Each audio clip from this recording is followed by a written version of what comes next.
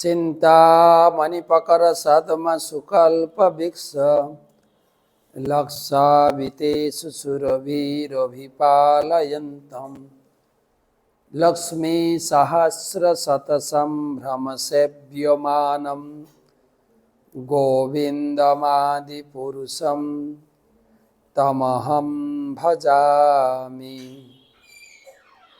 वन्दे अहं श्रीगुरो श्रीयुतपदकमलं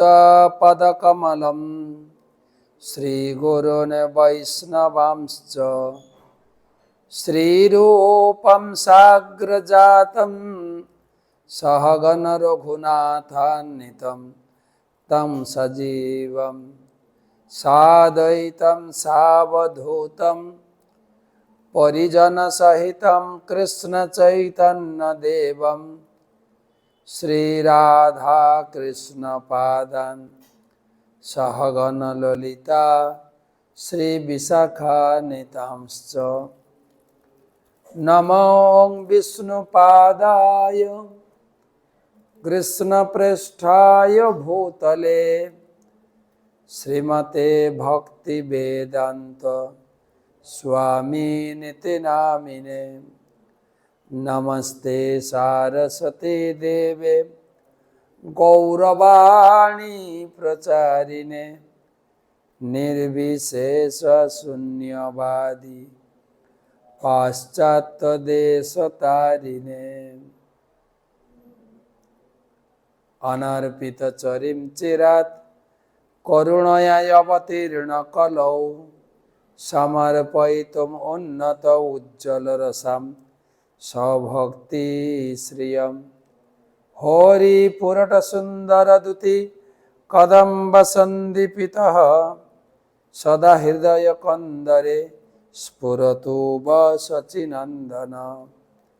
जय श्री कृष्ण चैतन्य प्रभु नित्यानंद श्री अद्वैत गदाधर श्रीवासादि श्री गौर भक्तबिंद।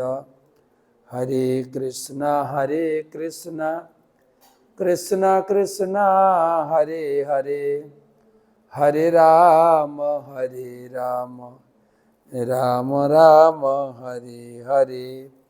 ओम नमो भगवते वासुदेवाय ओम नमो भगवते वासुदेवाय ओम नमो भगवते वासुदेवाय।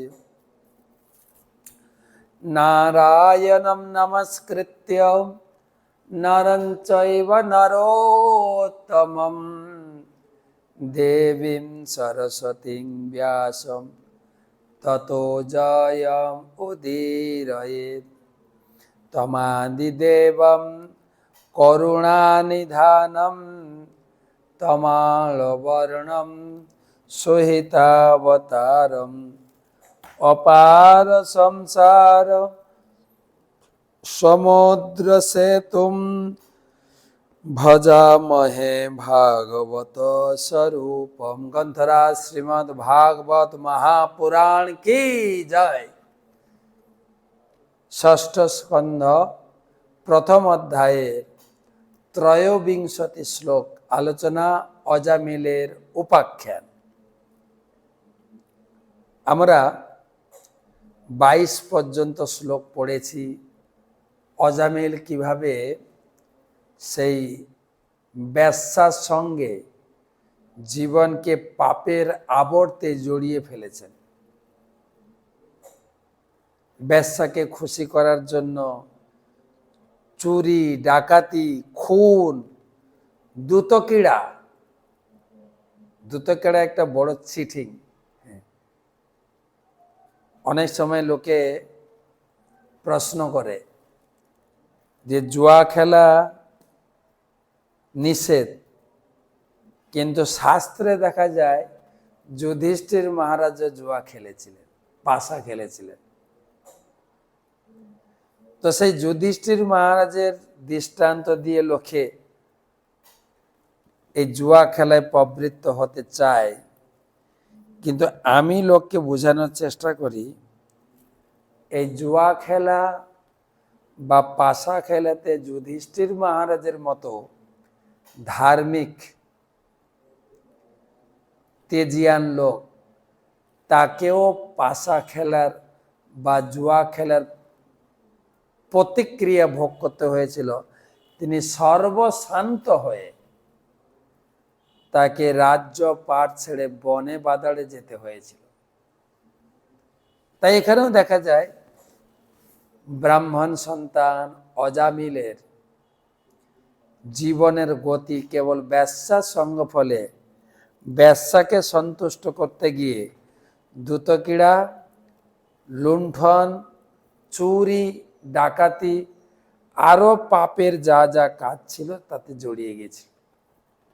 সেখান থেকে আলোচনা 23, এবং নিবসতস্তস্য লালয়ান সতৎসুতান কালহগত্ত গাম মহান রাজন অষ্টাশি তিয়াসু সমা। এবং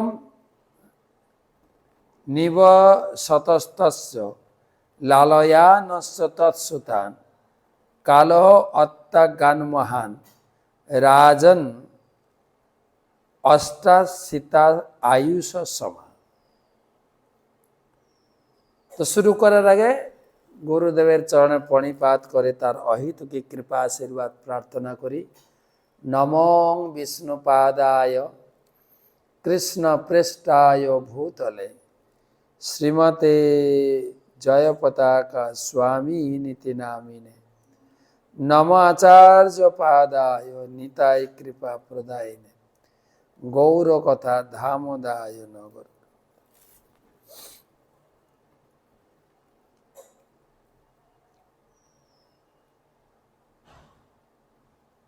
তেইশ শ্লোকের অনুবাদ।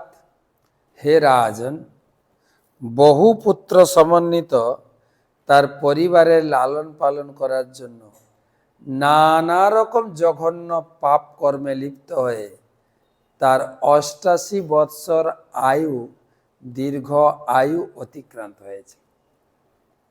সংসার চালানোর জন্য নানা রকম পাপ কর্ম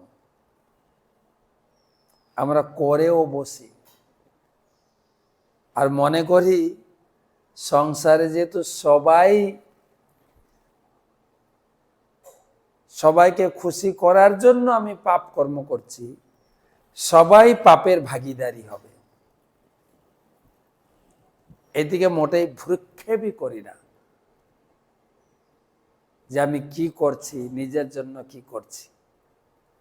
সবাই তো পরিবারের জন্য, বাবা মার জন্য, সংসারের জন্য, আত্মীয় স্বজনের জন্য, কুটুম্বের জন্য। কুটুম্ব বলা হয়েছে, কুটুম্ব বলে না কুটুম্বাড়ি।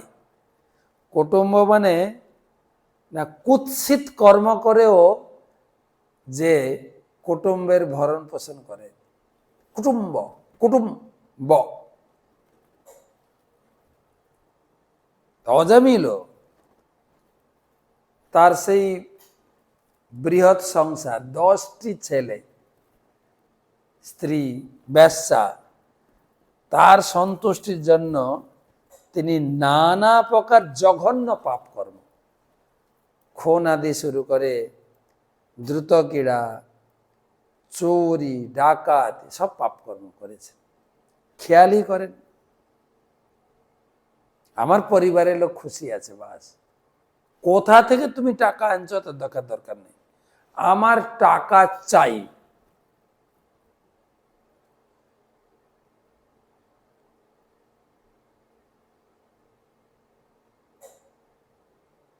সংসারের চিত্রটাও এখানে তুলে ধরা হয়েছে।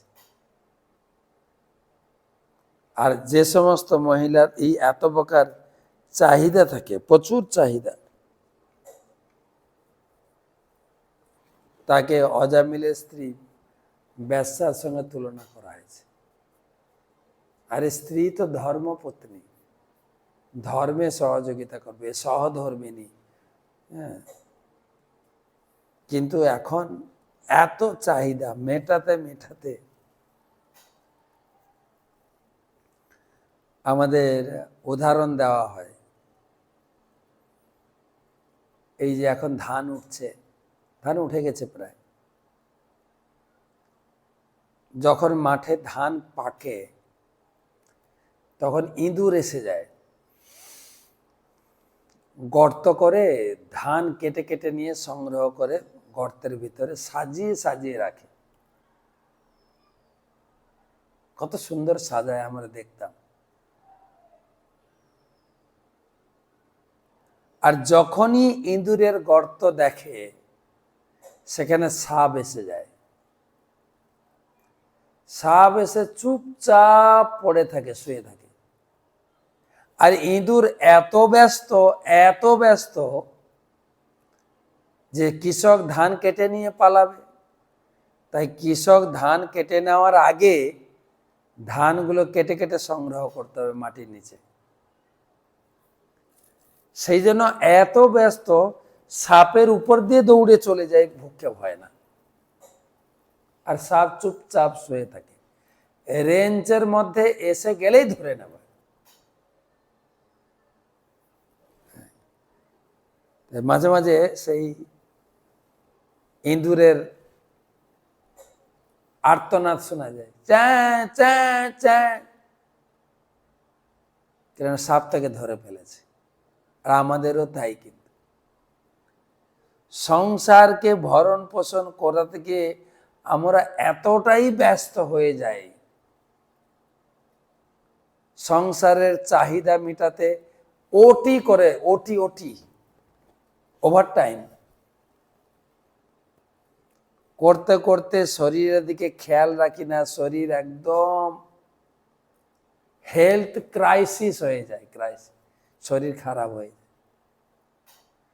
তখন অ্যাম্বুলেন্স নিয়ে দৌড়াতে শুরু করি হসপিটালে, চাও চাও চাও চাও। তখন তো সাপ ধরে ফেলেছে আপনাকে, আর এখন কিছু করার নেই, তো ধরেই ফেলেছে। এই হসপিটাল থেকে ওই হসপিটাল, থেকে ওই হসপিটাল, কাজ কি হবে? কিছু কি হবে?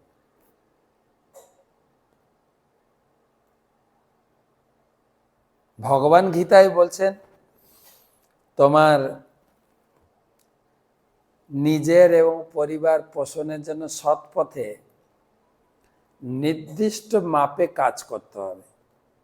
যুক্ত আহার ও বিহারস্য, খাবার দাবার ব্যালেন্স যুক্ত, আহার বিহার হাঁটা চলা যুক্ত, যুক্ত চেষ্টস্য কর্মসু, কাজকর্ম করবেও যুক্ত। 6 ঘন্টা 8 ঘন্টার বেশি না। আমার ওভার টাইম না করলে সংসার চলে না।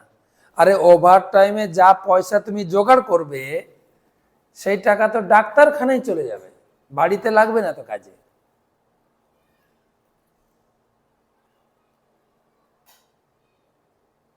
চিন্তা করে দেখতে হবে তো, যে শরীর পারমিট করবে না তো। শরীরের তো একটা লংজিভিটি আছে, শরীরের তো একটা রেস্টের প্রয়োজন আছে, সেটা তো দিচ্ছি না।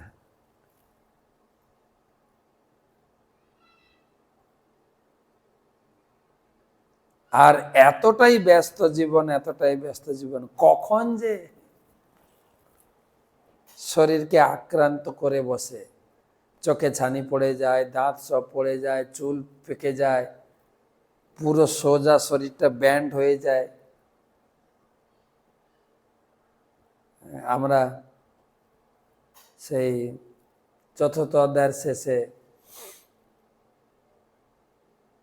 সেই উপাখ্যান, চিত্রকথা উপাখ্যান পড়েছি।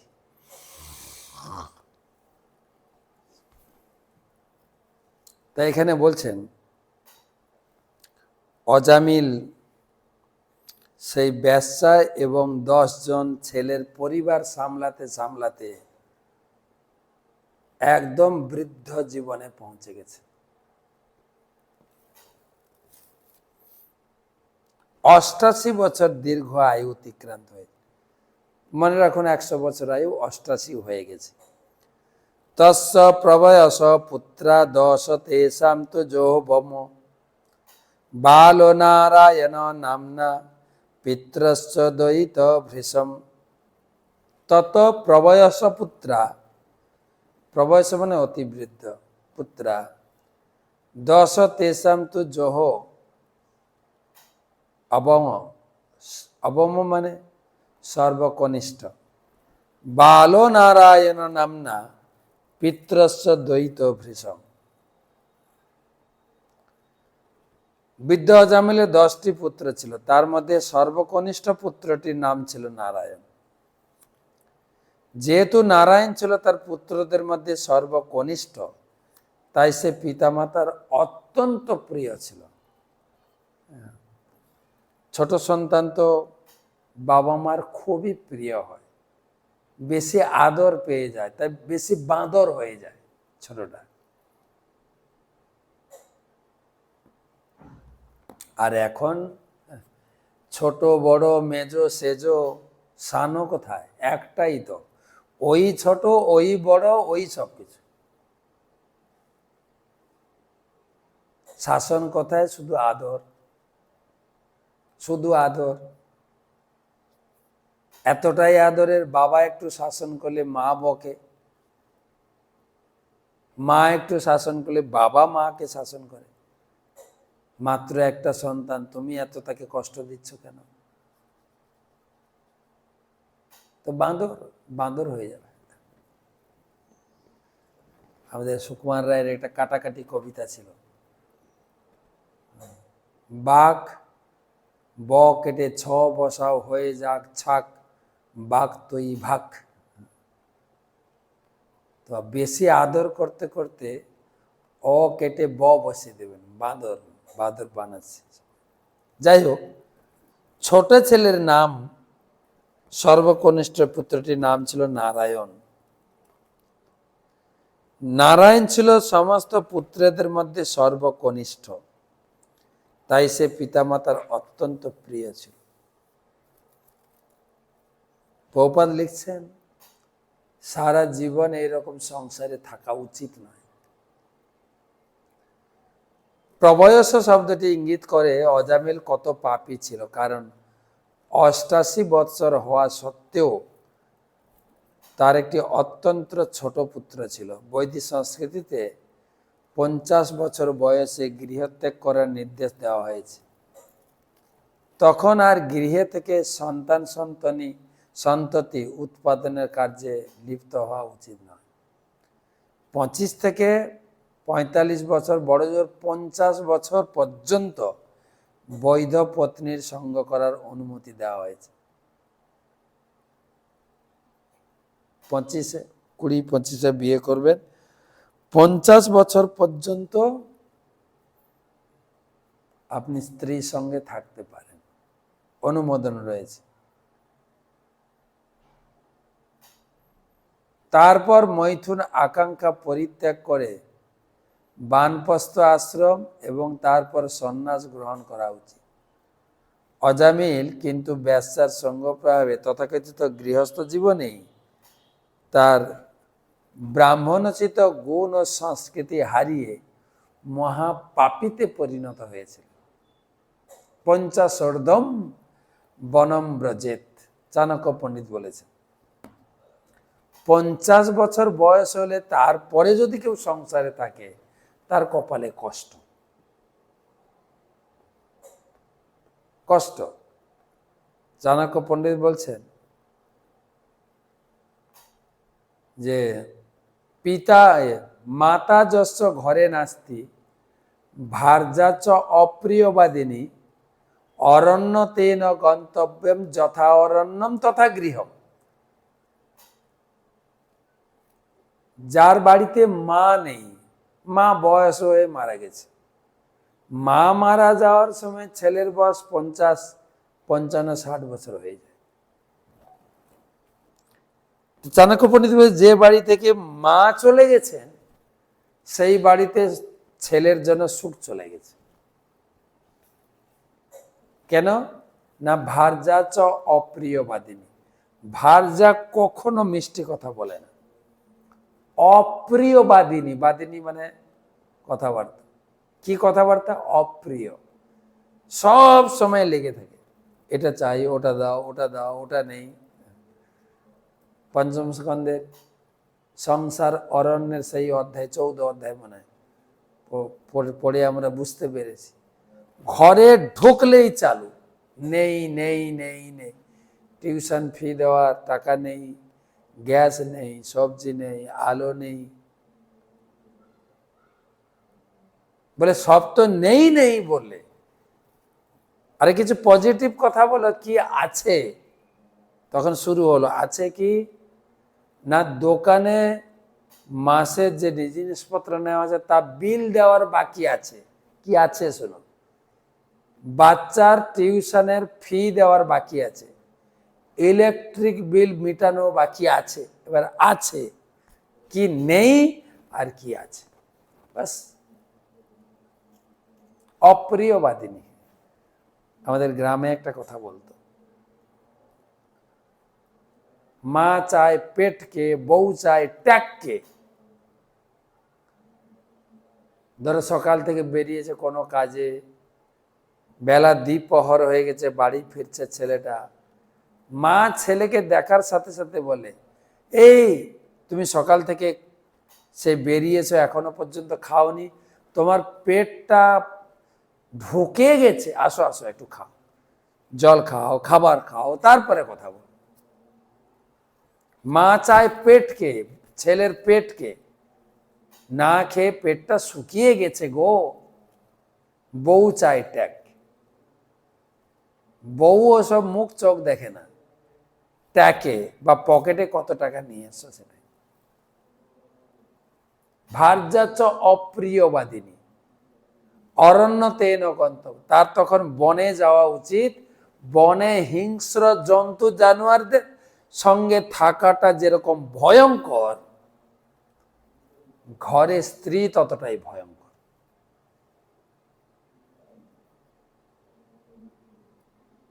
এখানে বলা হচ্ছে যে অজামিল 88 বছর পর্যন্ত সন্তান জন্ম দিয়েছিল। তো তার জন্য সে সম্পূর্ণরূপে তার সময় অতিবাহিত হয়ে গেছিল সংসারের কাজে।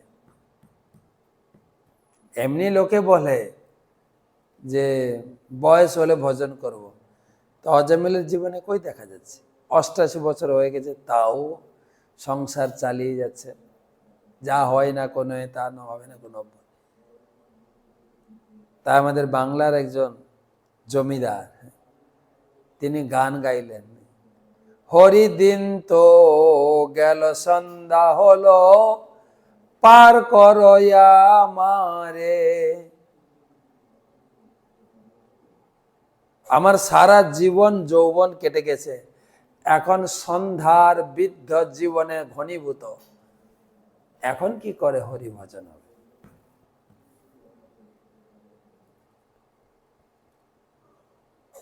কিন্তু অজামিলের জীবনে কাহিনীতে এত শিক্ষণীয়, কিভাবে বেশ্যার সঙ্গ পড়ে তার জীবনটা ব্রাহ্মণোচিত সমস্ত গুণাবলী তিনি হারালেন। কিন্তু এই 24 শ্লোকে দেখেন, বালো নারায়ণ নামনা পিতৃশ্চ দ্বৈত ভৃষম, তার ছোট ছেলের নাম রাখেছিলেন নারায়ণ। এটাও ভগবানের একটা বিশেষ কৃপা ছিল। যদিও ভাগবতম এটা লেখা নেই, আমি লোকমুখে শুনেছি। অজামাল সংসারের ইনকামের জন্য তিনি বাইরে গেছেন, তার স্ত্রী সেই বেশ্যা 10 সন্তানকে নিয়ে ঘরে আছে। তার গৃহে এক সাধুর আগমন হয়েছে। সাধু বাবা এসে বলছেন, ভিক্ষাম দেহি, বাড়িতে কেউ আছো গো, আমি খুব ক্ষুধার্ত, আমাকে ভিক্ষা দাও। সে বেশ্যা নারী তাকে বললেন, হে মহাত্মা, আমার বাড়িতেই আপনি ভজন রন্ধন ভোজন আদি করুন, আমি সমস্ত কিছু আপনার কাছে অর্পণ করছি। চুলা ভালো করে পরিষ্কার লেপে দিয়েছেন, হাঁড়ি বাসন পরিষ্কার ধুয়ে এবং রান্নার যত উপকরণ সেই বেসানারি দিয়েছেন। সাধু বাবা রান্না করে, রন্ধন করে ভগবানকে ভোগ নিবেদন করে তিনি প্রসাদ পেয়ে খুবই তুষ্ট হয়েছেন। দেখেন, এই সংস্কারটা ব্যবসা হলেও সে করেছে। বাড়িতে অতিথি এলে কিভাবে সেবা করতে হয়, গৃহস্থদের এটা কাজ। অতিথি দেব ভব, অতিথি নারায়ণ। গৃহস্থের বাড়িতে অতিথি হচ্ছেন আরাধ্য দেবতা, আর এই তো একদম পুরো সাধু। তো সাধু নিজ সপাক রন্ধন করে ভগবানকে ভোগ দিয়ে প্রসাদ পেয়ে খুবই পরিতৃপ্ত হয়েছিলেন। তিনি বললেন সেই মহিলাকে যে, মাতাশ্রী, তোমার বাড়িতে আমি ভোজন গ্রহণ করে সম্পূর্ণ পরিতৃপ্ত হয়েছি, কিছু বর মাগো, আমি কিছু বর দিতে চাই। তো সেই ব্যবসা মহিলা তিনি বললেন, যথাজ্ঞা আপনার কৃপা হোক আমাদের সংসারের প্রতি, আপনি বর দেন। তখন কি বর দিলেন শুনুন। সাধু বাবা জিজ্ঞেস করছেন সেই মহিলার কোলে দশম সন্তান, অত্যন্ত কোমল বালক। জিজ্ঞেস করলেন, মাতাজি, আমি এই সন্তানের একটা নামকরণ করতে চাই, যেই নামে তোমরা সবসময় ডাকবে ওকে। তখন সে ব্যবসা মহিলা বলেন, হ্যাঁ, আপনি নামকরণ করতে পারেন, এখনো এর নামকরণ অনুষ্ঠান হয়নি। তখন সাধু বাবা বললেন, এর নাম রাখা হোক নারায়ণ। দেখেন, বালো নারায়ণ নামনা পিতৃস্য দ্বৈত অভিশাপ, নারায়ণ নাম রাখা হল। তারপরে সাধু বাবা উচ্ছিষ্ট প্রসাদ দিয়ে তিনি সেই গৃহ ত্যাগ করলেন। সন্ধ্যার সময় যখন অজামিল ফিরলেন কার্য সেরে, সমস্ত বৃত্তান্ত ঘটনা তার স্ত্রী তার কাছে ব্যক্ত করলেন, এবং শুধু তাই নয়, তিনি বললেন, আমার এক কচি শিশুরও তিনি নামকরণ করেছেন নারায়ণ। আর নারায়ণ নাম শুনে অজামিলের স্মৃতি ফিরে এলো। গীতার শ্লোকে অর্জুনের কথা শুনছিলাম না, নষ্ট মোহ স্মৃতির লব্ধা তদ প্রসাদাৎ ময়াচ্যুত স্থিতস্মি গত সন্দেহ করিষ্যে বচনম তব। অর্জুন বলছিলেন, আমার স্মৃতি ফিরে পেয়েছি তোমার কৃপায় পুরো গীতা শুনে। তো অজামিলেরও তাই হয়েছিল। তিনি নারায়ণ নাম শোনার সাথে সাথে তার সমস্ত স্থিতি ফিরে এলো। আরে, আমি তো ব্রাহ্মণ সন্তান ছিলাম, বাবাকে ভগবান নারায়ণের পূজা কার্যে আমি সহযোগিতা করছিলাম। একটু মাত্র ইন্দ্র বিচলিত হয়ে আমি এখন ব্রাহ্মণ সংস্কৃতি পরিত্যাগ করে ব্যবসার সঙ্গে এত বড় পাপের বোঝা সংসার টানছি। নারায়ণ নারায়ণ নারায়ণ, নারায়ণ নামটা হৃদয়ে গেঁথে গেল।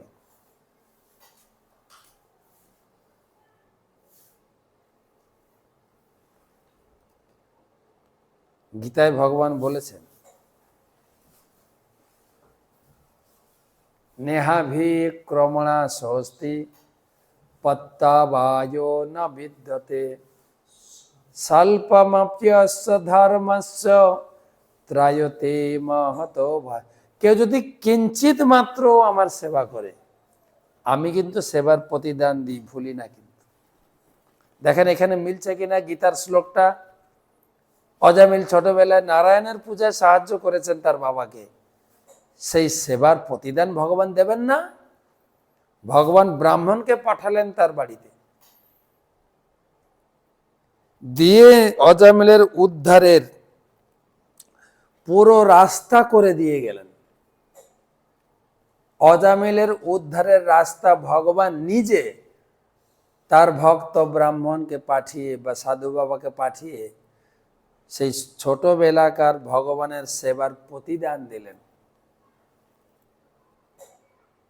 ভগবানের জন্য যদি কিঞ্চিত কেউ করে, ভগবান তার জন্য অঢেল দান করে বসেন।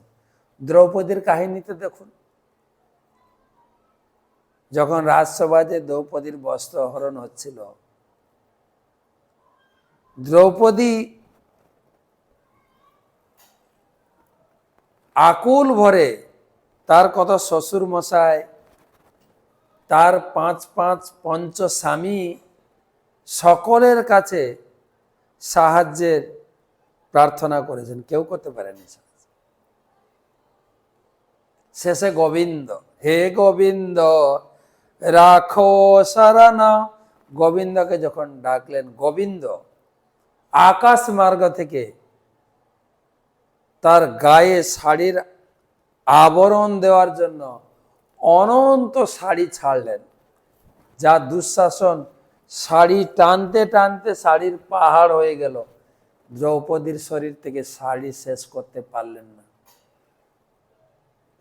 শেষে তিনি অত্যন্ত ক্লান্ত শ্লান্ত হয়ে ছিটকে পড়লেন। কেন ভগবান দ্রৌপদীকে এত শাড়ি দিলেন? না, দ্রৌপদী সেই রাষ্ট্রীয় যজ্ঞে ভগবানের হাত একটু কেটে গিয়ে যখন রক্তক্ষরণ হচ্ছিল, দ্রৌপদী কোনো রকম ভূক্ষেপ না করে শাড়ির আঁচল ছেড়ে বেঁধে দিয়েছিলেন। ভগবান মুচকি হেসে বললেন, এইটুকু যে তুমি কাপড় আমার হাতে বেঁধে দিয়েছ, এর প্রতিদান তো আমাকে দিতেই হবে, তোমারও এক সময় প্রয়োজন হবে, আমি তখন তোমাকে এইটুকু যে কাজের বা এইটুকু কাপড়ের প্রতিদান তোমাকে আমি দেব। ভগবান দিয়েছে। তাই অজামিলকে স্মৃতি ফিরিয়ে দিলেন। সবদ্ধ হৃদয় তস্মিন অর্ভকে কলভাসিনী নিরীক্ষমাণ তৎলীলাম মমুদে জঠরো ভীষম। সবদ্ধ হৃদয় তস্মিন অর্ভকে কলভাসিনী নিরীক্ষমাণ তৎলীলাম মমুদে জঠরো ভীষম। বৃদ্ধ অজামিলের চিত্ত সেই অস্ফুট মধুর ভাষী শিশুর প্রতি আকৃষ্ট হয়ে থাকত।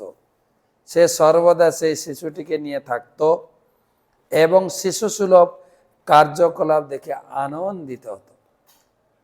সেই শিশু নারায়ণ, এমনি বাবা মার খুব প্রিয় ছোট সন্তান, আর নারায়ণ নামের সঙ্গে শিশুর যে সংযুক্ত, তার প্রতি অত্যন্ত আকৃষ্ট হয়। তার মুখের আধো আধো বুলি, কার্যকলাপ, বাচ্চাদের আধো আধো বলি এবং কার্যকলাপ সবাইকে আকৃষ্ট করে।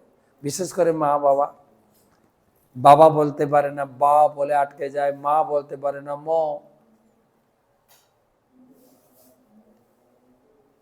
সেটাই আকৃষ্ট করে। সব সময় সেই নারায়ণ ষষ্ঠীর প্রতি তন্ময় হয়ে থাকতো অজামিল।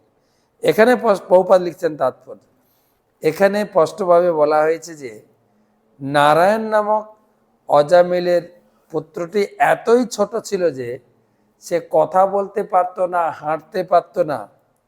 বৃদ্ধ অজামিল সেই শিশুটির পাশে আসক্ত হওয়ার ফলে তার সেই শিশু সুলভ কার্যকলাপ দেখে অত্যন্ত আনন্দিত হতেন। যেহেতু শিশুটির নাম ছিল নারায়ণ, তাই সে বৃদ্ধ সর্বদা সে নারায়ণ নাম উচ্চারণ করতো। নারায়ণ তুমি কোথায়? নারায়ণ আমার সঙ্গে চলো, নারায়ণ আমার সঙ্গে বসো, নারায়ণ তুমি খাবে না, নারায়ণ চলো একটু খেলতে যাই, নারায়ণ আমার সঙ্গে শুয়ে পড়ো। নারায়ণ নারায়ণ নারায়ণ। যদিও প্রভুপাদ লিখছেন, যদিও সে ভগবান নারায়ণকে না ডেকে শিশুটিকেই সম্বোধন করে নাম উচ্চারণ করত, তবুও নারায়ণ নাম এতই শক্তিশালী যে তার ফলে সে পবিত্র হয়ে গেছিল। সেই জন্য আমাদের স্নান করে আসার পর যখন আমরা তিলক করি, অং অপবিত্র পবিত্র বা সর্বাবস্থাম গতোপি বা যস্মরেত পুণ্ডরীকাক্ষম সবাজ্জয় অভ্যন্তর শুচি। ওম শ্রী বিষ্ণু, ওম শ্রী বিষ্ণু, ওম শ্রী বিষ্ণু। সেই ভগবান বিষ্ণু বা নারায়ণের নাম উচ্চারণ করলে বাহ্য আর অভ্যন্তর পবিত্র হয়ে যায়।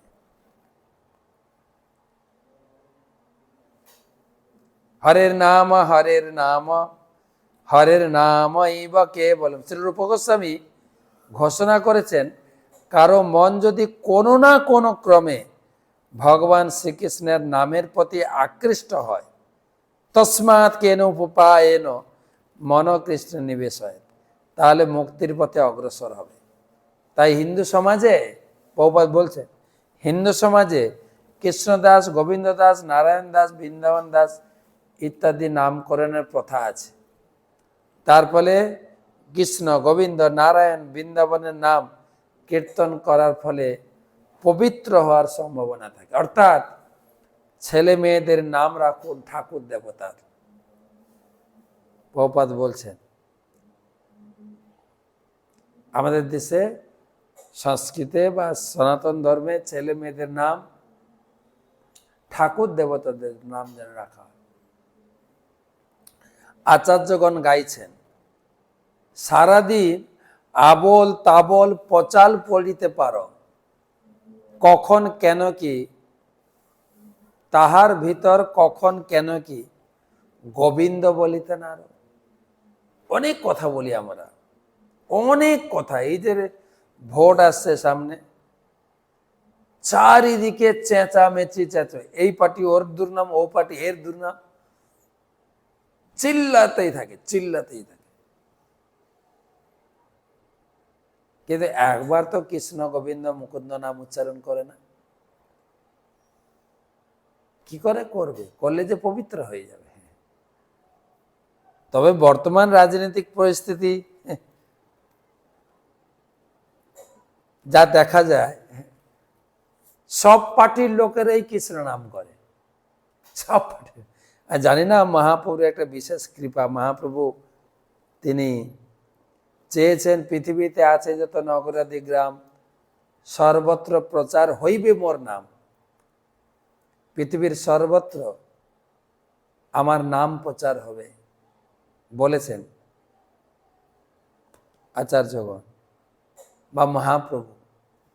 তো সেটা মনে হয় ভবিষ্যৎবাণী কার্যকরী হচ্ছে মনে হয়।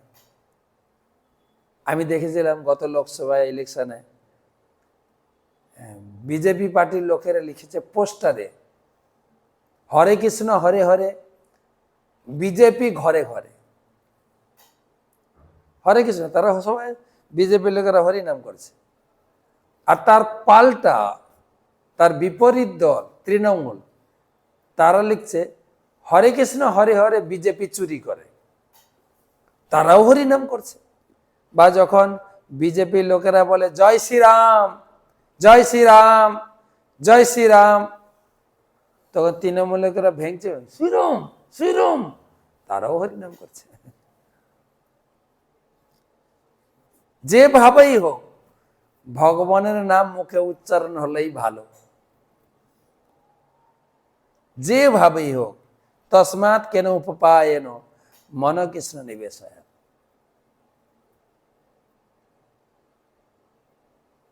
রাজনীতির ছলে হোক, রেগে হোক, কাউকে কটূক্তি করতে হোক। আমি শুনেছি ছিল ভক্তি সিদ্ধান্ত সহায় ঠাকুর তিনি উচ্চস্বরে জপ করতেন স্পষ্ট। আর কিছু কিছু পাড়ার ছেলেরা ভ্যাংচাত, হরে কৃষ্ণ হরে কৃষ্ণ। বা আমরা যখন রাস্তাঘাটে হাঁটি পথে, এই বেটারা সব হরে কৃষ্ণের লোক। হরে কৃষ্ণ তো বলছে যে বাবাই হোক। যাই হোক, সময় তো হয়ে গেল। আজকের মূল শিক্ষা, সংসারে পুরো জীবন, বিশেষ করে শেষ জীবনটা সংসারে থাকা উচিত নয়। আর ছেলে মেয়েদের নাম খুব সুন্দর সুন্দর চয়েস করে ঠাকুর দেবতাদের নাম রাখুন। কৃষ্ণ, গোবিন্দ, মুকুন্দ, জনার্দন, নিতাই, গৌর, পুরুষোত্তম, জগন্নাথ। আমাদের তো একটা সন্তান গড়ে, এখন বড় দুটো। আমরা ঠাকুর দেবতার নাম খুঁজে পাই না। আমার গুরুদেবের প্রায় ৮০,০০০ শিষ্য, ৮০,০০০ সন্তান, প্রত্যেকের নামকরণ করেছেন তিনি। যেরকম আমার নাম দিয়েছেন ভক্তি বিজয় ভাগবত। কার নাম? কৃষ্ণ দাস, মুকুন্দ দাস, বেণুধারী দাস, বেণুধারী মুকুন্দ, গোবিন্দ, জনার্দন, কত নাম, ভগবানের অনন্ত নাম। শিশুর জন্মের সময় যদি ঠিকভাবে তার জাতকের সময়, তারিখ, তারপরে হচ্ছে স্থান, বাবা মার নাম যদি গুগলে ফেলা হয়, ওখান থেকে নাম বেরোবে। গুগল আপনাকে বলে দেবে এই নাম রাখো। নামের প্রথম অক্ষর এসে যাবে, যে গ দিয়ে তুমি নাম রাখো। গ দিয়ে গগন, গ দিয়ে গোবিন্দ, গ দিয়ে গদাধর, কত নাম আছে, গণেশ, কত নাম রাখা যায়। তো ভগবানের নাম রাখা হোক। সংসারের কাজে সবাই ব্যস্ত, গরিব থেকে শুরু করে মন্ত্রী পর্যন্ত সবাই সবার এলাকায় সবার রুটিনে ব্যস্ত সবাই। তার ভিতরে ছেলে মেয়ের নাম যদি ঠাকুর দেবতাদের থাকে, মেয়েদের নাম যদি রাধিকা, মুকুন্দ, গঙ্গা, যমুনা, সরস্বতী এইসব নাম রাখে, তাদের ডাকতে ডাকতে যদি গঙ্গা নাম রাখেন, সারাদিন গঙ্গা ডাকতে ডাকতে পবিত্র হয়ে যাবে। আমার গুরুদেব বললেন, তোমার ঘরের পাশে যদি গঙ্গা থাকে প্রতিদিন স্নান করো, আর না পারলে ট্যাপ ঘোরানোর সঙ্গে সঙ্গে 3 বার গঙ্গা গঙ্গা গঙ্গা বলে স্নান করো, তোমার মাথায় গঙ্গা জলই পড়বে। আর আপনি যদি মেয়ের নাম গঙ্গা রাখেন, সারাদিন গঙ্গা ডাকবেন, গঙ্গা গঙ্গা গঙ্গা। ছেলে মেয়েদের নাম ঠাকুর দেবতাদের নাম রাখলে মৃত্যুর সময় যমের হাত থেকে মুক্তি। আজকে এই পর্যন্ত থাক। শুভরাত্রি। আর কালকে অপেক্ষা করবেন, টক শো, ভীষণ একটা ভিন্ন ধর্মী টপিক নিয়ে আসছি। গর্ভাধান সংস্কার। সন্তান আসার আগে বাবা মায়ের চিন্তা চেতনা বা কি করণীয় যাতে আমরা সুসন্তান লাভ করতে পারি, সেই আলোচনা শুনতে কালকে টক শো।